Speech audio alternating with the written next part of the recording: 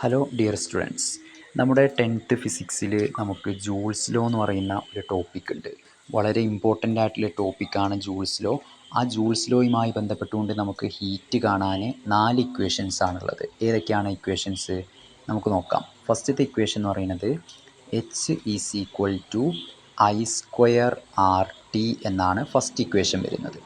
രണ്ടാമത്തെ equation H=V²/R×T. മൂന്നാമത്തെ equation H=VIT.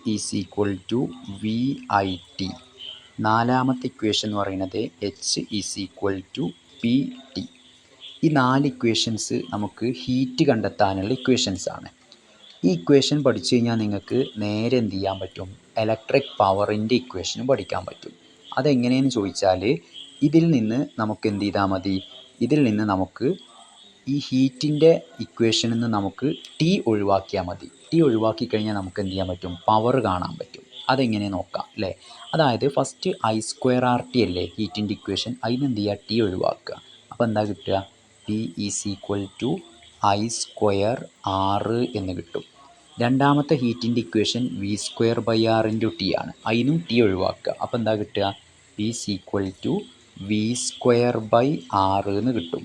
മൂന്നാമത്തെ ഇക്വേഷൻ എച്ചിൻ്റെത് അല്ലെങ്കിൽ ഹീറ്റിൻ്റെ ഇക്വേഷൻ VIT ആണ്, അതിനും ടി ഒഴിവാക്കുക. P എന്ത് വരും, VI എന്ന് വരും. പിന്നെ ലാസ്റ്റ് ഒരു ഇക്വേഷൻ ഉണ്ട്, H=PT എന്ന് പറയുന്നൊരു ഇക്വേഷൻ ഉണ്ട്. അത് പവറിൻ്റെ ടേംസിൽ എഴുതുമ്പോൾ P=H/T എന്നാണ് നമ്മൾ എഴുതാറുള്ളത്. ഓക്കെ, അപ്പോൾ ഇത്രയും കാര്യങ്ങളാണ് ഈ ഒരു വീഡിയോയിൽ നമ്മൾ ഷെയർ ചെയ്യുന്നത്. Okay, thank you.